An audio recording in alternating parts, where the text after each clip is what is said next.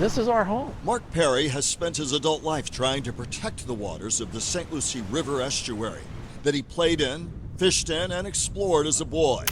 That's Mark on the left with his brother in 1960, and there they are again, Mark on the right, in 1980. When you were a boy, you born and raised here, what did this water look like? This water was clear. It was a little brown in color because as you go upstream and the tannins from the roots of the mangroves and others, but it's clear. You could see bottom.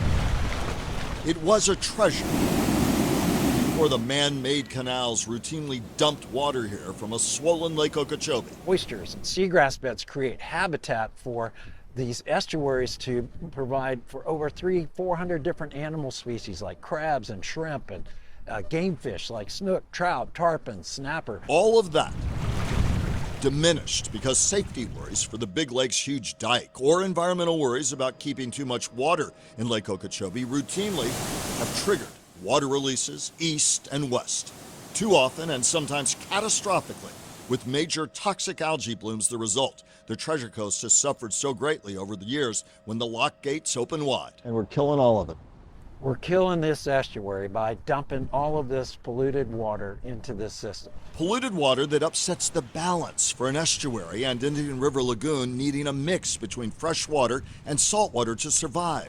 The chilly January day I sat with Mark Perry, the Army Corps of Engineers, was releasing water again. So they realize they have to get the lake down to 12.5 feet. Only way to get there is they have to release water out. And we're telling them, well, that's fine, but you need to be putting it south to the Everglades that needs it right now. I was south of the Big Lake a few summers ago as explosives sounded the first effort to build a reservoir south of the lake.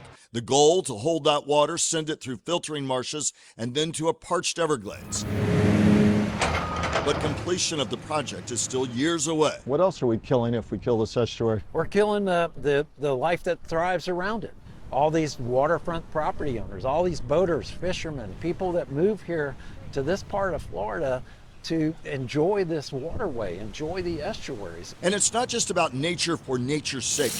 The water you count on every day to drink, the water that feeds thirsty crops, relies on a steady flow of clean water down the Florida Peninsula. Our water supplies are threatened by all of this runoff and pollution that we're putting onto the land surface that gets down into our water supply. Wisdom and warning from a lifetime of advocacy. Our existence depends on the health of this environment, the diversity of our environment. And if we just kind of let it go to hell, so to say, and we just keep polluting it and don't worry about it, it's going to go to hell faster and faster and faster.